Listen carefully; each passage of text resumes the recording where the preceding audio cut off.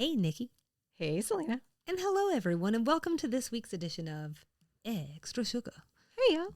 So, Season 4, Episode 17, Anthony goes into this bathroom at the car dealership, or restroom, rather, and he's taken aback by the luxury and comfort of the ladies' room. Was it that fancy? I don't know. It was fine. You know, it was big enough for 5 actors and a camera crew. So that was definitely at play. But it definitely got me curious about what we might find if we look for the fanciest bathrooms in the world. What makes them so fancy? Where can we find them? Here's what I can tell you. Gone are the days of bathrooms for mere convenience. It needs to be luxurious, elegant, refined, statement making. You know, really tell the people you can't have what I have.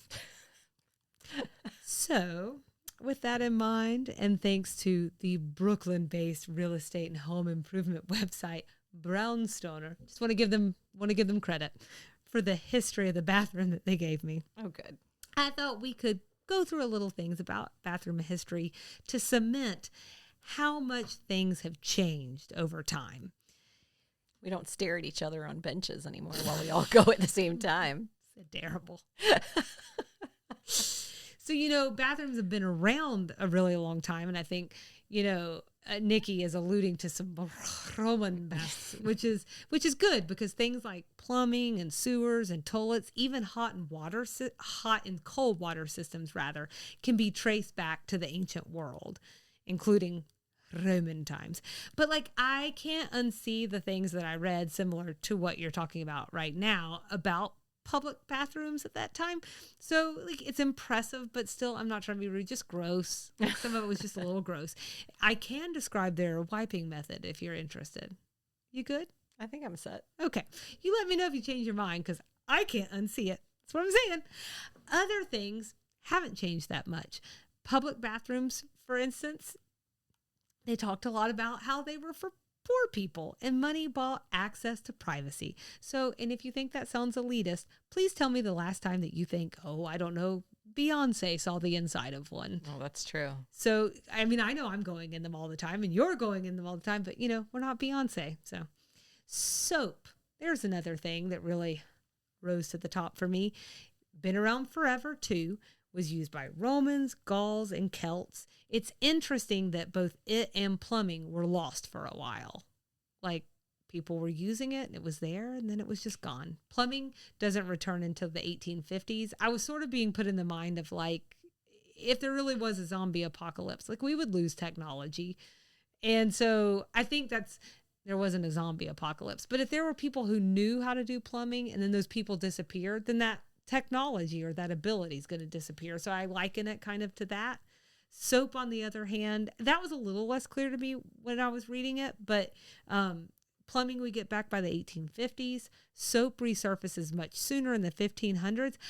A lot of people didn't use it. I don't blame them because apparently it was so harsh. That it would peel people's flesh off. And What? Let me tell you that money is going to come up a lot in this, Nikki, because only the rich could access milder versions. I don't know, man. I'm just reporting the news. Oh, my Lord. It's sad, really. Today, especially in Western culture, bathrooms are largely individual experiences. But, you know, much to what you were talking about before, historically it was something different. But I am thinking specifically about public bathhouses in this part. Not that there's not some experiences that are similar to that, but it was a little different then. And it was an integral part of society. People did everything there. They socialized there. They did business there. I mean, like business deals, just to be clear. And business. And to the other business. But to be fair on that point, I don't know that's much difference than two people striking a bill or a business deal in a steam room or something. So there is something to that. But they also ate there, apparently. Wait, okay, I'm sorry. Hold on one sec. Yeah. These people are going to the bathroom and like doing number 2. Well, these are public bathhouses. Okay. Yeah. Bathhouses. Yeah, bathhouses. So we're not necessarily talking about toilets right now. Okay. I know, we were just talking about public restrooms. Okay. So I'm with you. Okay. That would be too much. I was like, I don't know why you're so okay with this. I'm like, it's fine. Girl, why are you so permissive? So, in fact, I read that they would even play board games in there. Okay. So, But it's a bathhouse, not a bathroom, so I'm cool with that. That's right. In the 17th century, the whole family, we're fast forwarding quite a big part. Oh, actually, I'm sorry. I skipped over one thing. A big reason for the demise of the public bathing, plague. Well, sure. So, makes sense. It's a little bit of a buzzkill. Yeah. They did zombie apocalypse and whatnot. That's right. They didn't really have their transmission details down, if I'm remembering what I read correctly. But either way, just enough to know probably we shouldn't be touching all the same surfaces. Yeah, that's probably enough. Okay. So, anyways, back to the 17th century, and we are moving at quite a clip forward. But the whole family would take turns bathing in the same water. I read in some places it was once a week or once a month, or even at larger intervals. It sounds like the poorer you were, the less you bathed. So this is what I'm saying. Money keeps coming up.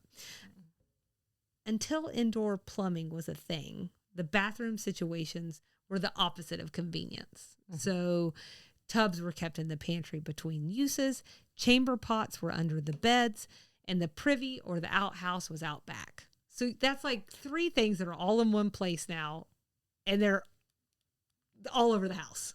A lot of wasted time. It's a lot of wasted time. A lot of trying to remember where he left that darn chamber pot. Was it behind the couch? I was just thinking about the accidents that had to happen with that. This is just not good. Uh-oh.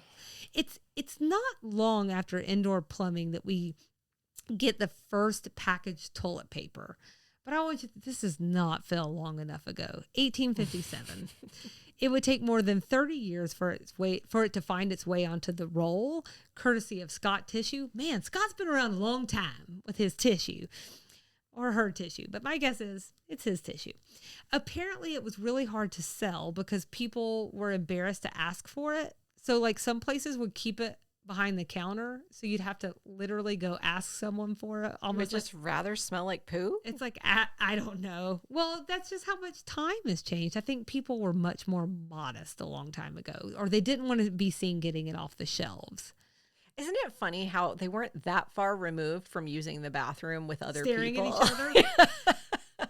Hey, Tom. Hey, Paul. I know. I'm so embarrassed to ask for toilet paper. It's interesting, isn't it?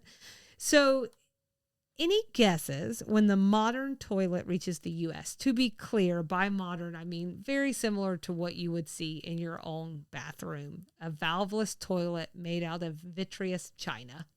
You just said a bunch of words. I don't know what any of that means. I would say porcelain, but that's just what they told me. 1923. So, it's a little bit later than that, actually. So, after World War I, and when American soldiers saw them... Did I say after? Mm-hmm. I'm sorry. This whole time I've been reading it as World War II. Oh. And now I'm concerned that I may have left off a 2 for World War. Well, after one of the World War Wars, that's what you need to know, is that American soldiers at the time, they saw them all over the UK, stamped with the patent holder's name. You're never going to guess this. I'll just tell you. The Crapper. As in Thomas Crapper. Well, sure. Not always totally associated in the same way. Poor guy. I'm telling you. Well, eventually. Not then. He was proud to don the name Crapper. Do you think there's someone still named Crapper? That's a really good question. Or do you think they were like, I'm going to just like someone this up? Right. I'll be right on that. All right. So showers became more popular by the 1930s. We're just going through all the different aspects of a bathroom if you haven't caught on I'm trying to reorient myself because for some reason I think I set myself off on the path that we're talking about toilets. Just toilets? Yeah. Well, there's a lot of toilet action. It is the centerpiece of a bathroom to some degree, right. one might say, you know. So they become more popular in the 1930s. Any guesses why? No. Because I'm stuck on 30% of crapper men worked as a laborer and 50% of crapper women worked as a maid. Oh, well, it's just all good. So I think there are still crappers. There are still I can tell you their average lifespan. Yeah. Well, there you go. Good. Can you tell me if it was after World World War One or two. when the What? toilet His came. name was Thomas Crapper. Is that what you Yeah. said? Oh, I found him on this list. Oh, perfect. Sorry, go ahead. What In was the your? meantime, Can you tell me your question again? you low key Google over there. The question was showers becoming popular in the 1930s. Any guesses why? Does it have something to do with mines and miners?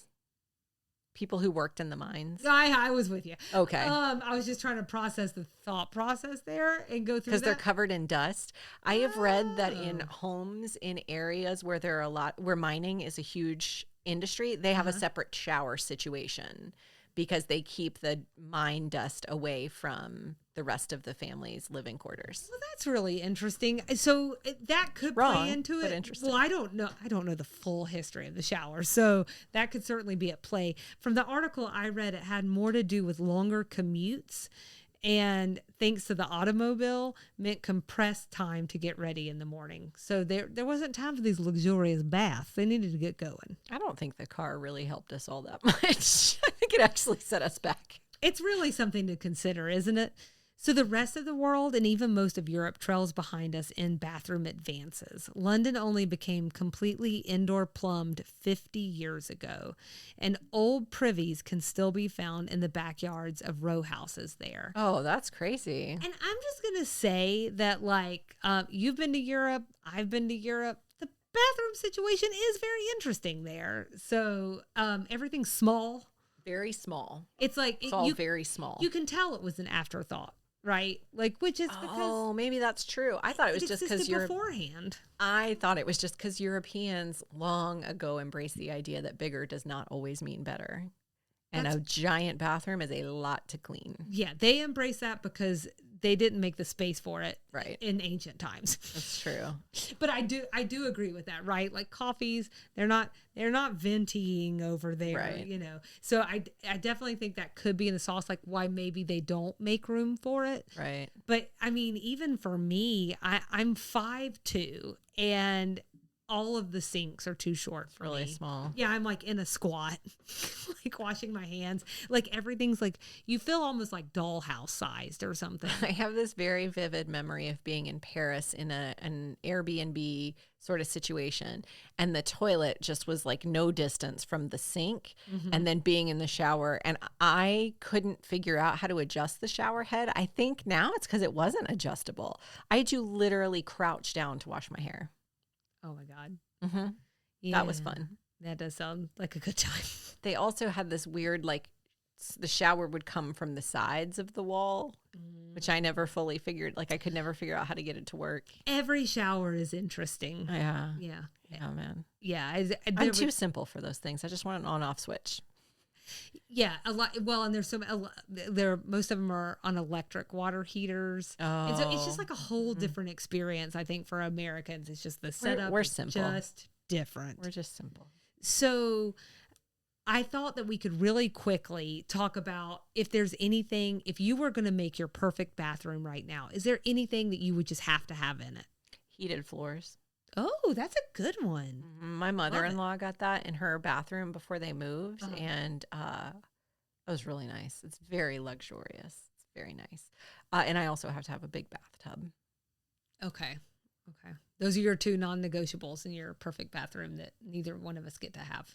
I think so. Well, I've not been in your bathroom. Maybe your bathroom is lovely, like your master bath. No, it needs to be redone. And this is an easy exercise for me because I've been thinking about that and the things I need to have. But also, like, our bathroom, it's like I wish it were smaller. It's a lot to clean.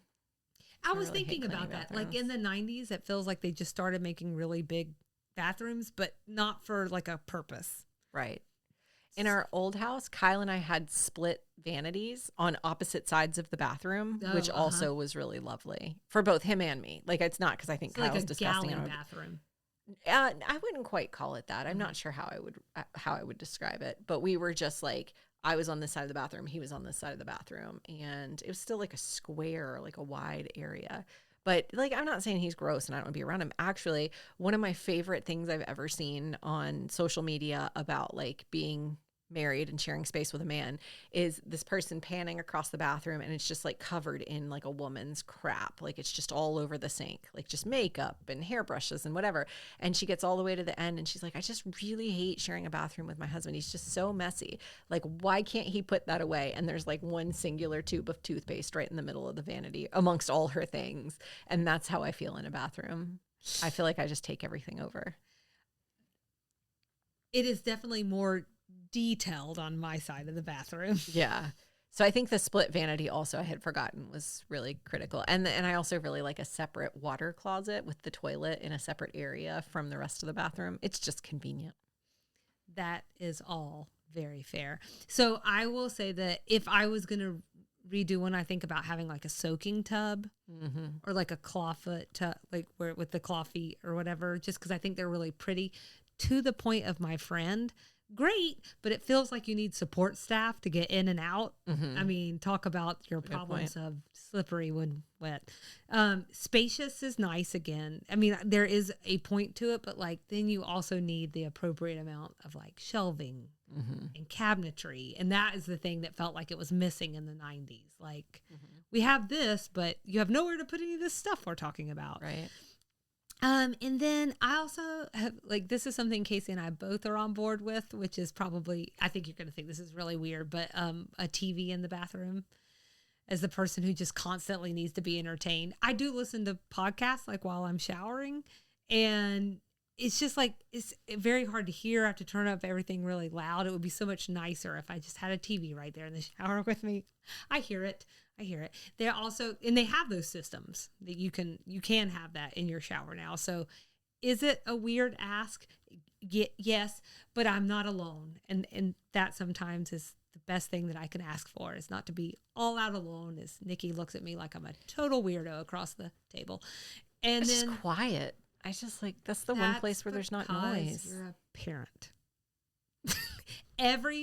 Especially every mom I know, if I'm like saying, I always listen to podcasts in the car, they're like, I listen to silence in the car. Just quiet. I know. And you need that. And I need Netflix. I would also like an aromatherapy station in my shower, which is a thing that's a possibility I learned. Didn't know that was possible, but saw it on some real estate show. Well, I have to say, I think there are things I don't even know to ask for. My stuff is all based in like my simpleton life. Well, I need to know what the rich new. people are getting. That part was all new to me. So I did not know that before I watched like some fancy buying Beverly Hills show. And I was like, how is that a thing? Sometimes that's why I think it's like actually kind of dangerous to be exposed to more stuff, because it just like the keeping up with the Joneses, it's like a real thing. You realize all the stuff you don't have. All the stuff. And forget all the stuff you do. So we'll go ahead and let's get to the main event. Okay. The fanciest bathrooms in the world. Bathrooms that leave you thinking, who are these people? And do they need a friend? So I'm going to tell you, as I look through a bunch of these, here are a couple of my top takeaways. One, so much gold. Everyone like had gold toilets, tubs, fixtures, embellishments. I don't really understand. I mean, like to each their own, I suppose. But like that is, if you have a gold toilet, I'm just going to say, you know what you're doing in it, right? I want bathroom things white because I want to know that it's clean. Mm-hmm. We had a black. We did, right? A black bathtub one time. And I was like, I have no idea what I'm getting into. I just want white. I just want to be able to see the clean. Yeah, that's fair. But also it just feels something. I don't know. It's just a bit extravagant for me. It's a little extravagant. But that's what this segment is about extravagance. But my second thought in all of that is like, this was a really good reminder that you can have all the money in the world and it doesn't buy you good taste. Okay? All the money in the world. But don't fear, I avoided those like the plague one might get in a Roman bathhouse. No. Instead, I've curated a list of 7 drop-dead gorgeous bathrooms that will leave you saying, best or most unique features is going to be one category for how we break them down. And then we'll also break it down by best views. So let's start with that first one with best or most unique features. The first one is 22 karat villas in Dubai. I'm calling this one, well, I don't think I called this one. I think the article called it this, but it's AKA the $1 million bathtub. So this is a beachfront villa community in Dubai. They individually start at 10 million. Each villa includes a marble master bathroom, but the most expensive of the 22 villas there are fitted with $1 million crystal bathtubs. This isn't just any crystal. It's Amazonian rainforest stone that was flown to Florence, where it was then hand-carved for hundreds of hours to create these amazing, though perhaps ethically questionable pieces of usable art. And there are 3 varieties: green quartz, rock crystal, and rose quartz. One was especially created for a billionaire socialite that I don't know, but Tamara Ecclestone, and it was also decorated with diamonds and gold taps. I want to be very clear. I don't need a $1 million crystal bathtub. That is not very interesting to me.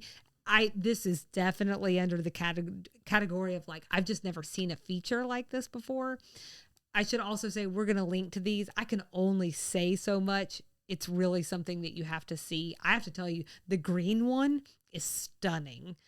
I'm imagining, you said one was quartz. I think you said 2 of them were quartz, but one of them for some reason in my head is a rose quartz. Rose like quartz. A pink color. Yeah. That sounds beautiful. Yeah, I mean, they're really I'd pretty. be afraid of breaking it. You can't break it. Okay. Yeah. I would hope not. You know what I'm afraid of? I'm afraid of it breaking everything else. Mm. Because these are like, I think they're like 2 tons or something. It's like putting a car in your bathroom. Let's see. Next on the list is Anantara Kiva Sunset Villa in the Maldives. And this is what I'm calling the whirlpool with a view. So just picture it. You're in your own private overwater bungalow in a lagoon, surrounded by the turquoise waters of the Indian Ocean, arguably the most beautiful water in the entire world. But what's that in front of you? Oh, it's your own infinity pool. And what are you sitting in? A glass-bottomed whirlpool tub. That's right. Views from above, views from below. And, well, look at the ocean, guys. Views all around. And so somewhere number 2. A mile below you is a scuba diver watching you take a bath. That's right. Well, they also have views, I guess. All right. Number 3, and the final one in this category, is at the Mandrake Hotel in London, AKA the penthouse bathroom. This one has all the bells and whistles, has an enclosed rainfall shower. And I'm not talking about a rainfall shower head. I'm talking about the built-in rain, like it is like you are in the rain. They have a freestanding clawfoot bathtub, high-end bathroom products, Italian towels, blah, blah, blah. But the main event is the 6-person jacuzzi bath with retractable roof opening up to the London night sky for a little stargazing. They don't say this on their own website, but I read elsewhere that this party tub is also apparently fitted with disco lights. So there you go. Moving on to the best views when it comes to bathrooms. So the first one is the Hail Kumana in Hawaii, aka the Zen Master. The Hail Kumana is a 10,500 square foot property with 5 bedrooms and 5.5 baths, including a stunning Balinese style bathroom. It's an open air space, so there's like lofted wooded ceiling. It almost looks like teak. There's no walls, so the double vanities and the slate shower almost look like they're suspended in midair. And then up the center is an in-ground water feature with stepping stones that lead over to a sunken-in bathtub, all surrounded by tropical greenery. Number 2 on this particular list is the Matakui Hills Private Game Lodge in South Africa. I'm sorry, that was probably a way off pronunciation. I apologize. I didn't have time to look up pronunciations. And we're calling this AKA the Safari Bathroom. That's right. The honeymoon suite in this private game lodge includes an outdoor terrace bathroom where guests can watch elephants, lions, and other safari animals roam as they sip champagne in the clawfoot bathtub, or rinse off in your own private outdoor shower after an extended dip in your own plunge pool. Next on the list is the Atlantis Dubai. And this is the AKA Underwater Suite. Here, your bathroom comes with floor-to-ceiling windows that look out into the Ambassador Lagoon, so you soak in your tub whilst you also soak up the views of marine life, again, underwater. Love the view a lot? You can buy your own in Dubai's floating seahorse villas. And in case you're wondering, yes, it's literally a floating villa. And then very last, but certainly not least, probably my very favorite on the list is the Lion Sands Game Reserve in South Africa, aka the Treehouse. Lion Sands guests have the option of adding on a night at one of the 3 or 4 reserves premium tree houses, and the Kingston Treehouse is the creme de la creme of them all, with a glassed-in bathroom, rain shower, and double vanity. Let me tell you, Nikki, that this treehouse is truly magical. And it almost brought tears to my eyes just looking at the pictures. So I can't imagine what one feels like in real life. All to say, please go look at these pictures that we put in the show notes because it's worth it. And then there's a lot of really weird ones in between. Cool. But I love them. And then there's one more thing I just have to mention. It's a toilet named America that is artwork, but also fully functional. It is a solid 18 karat gold, 227 pound satirical commentary on art, money, greed, and capitalism. You know about this? Mm-mm. Okay. I remember hearing about it because it wound up being installed in the Guggenheim. It's by Italian artist Maurizio Cattelan.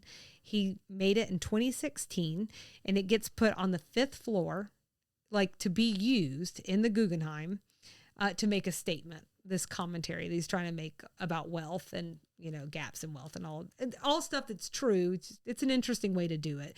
And if that sounds weird, it's not weird. This is where it gets weird. In 2017, Guggenheim offered to loan former President Trump and the White House the toilet after rejecting his request to borrow a Vincent van Gogh piece. Their offer was declined. So already one of the reasons I mention this is because this toilet, just a place you go to the bathroom, has already had 2 fairly big media splashes in the year it's existed on this earth.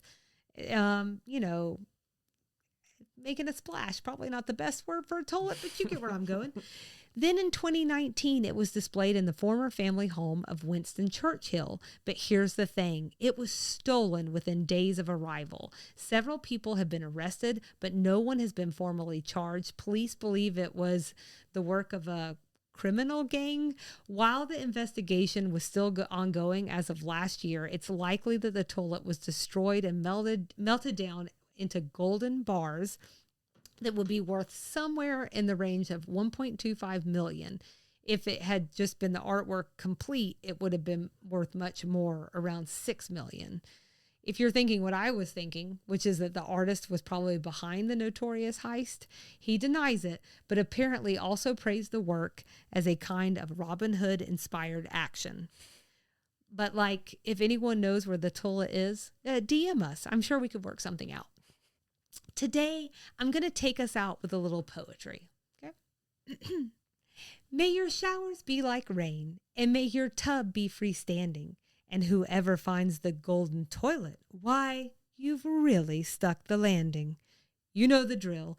DM us, email us, or contact us from the website. And that's this week's Extra Sugar.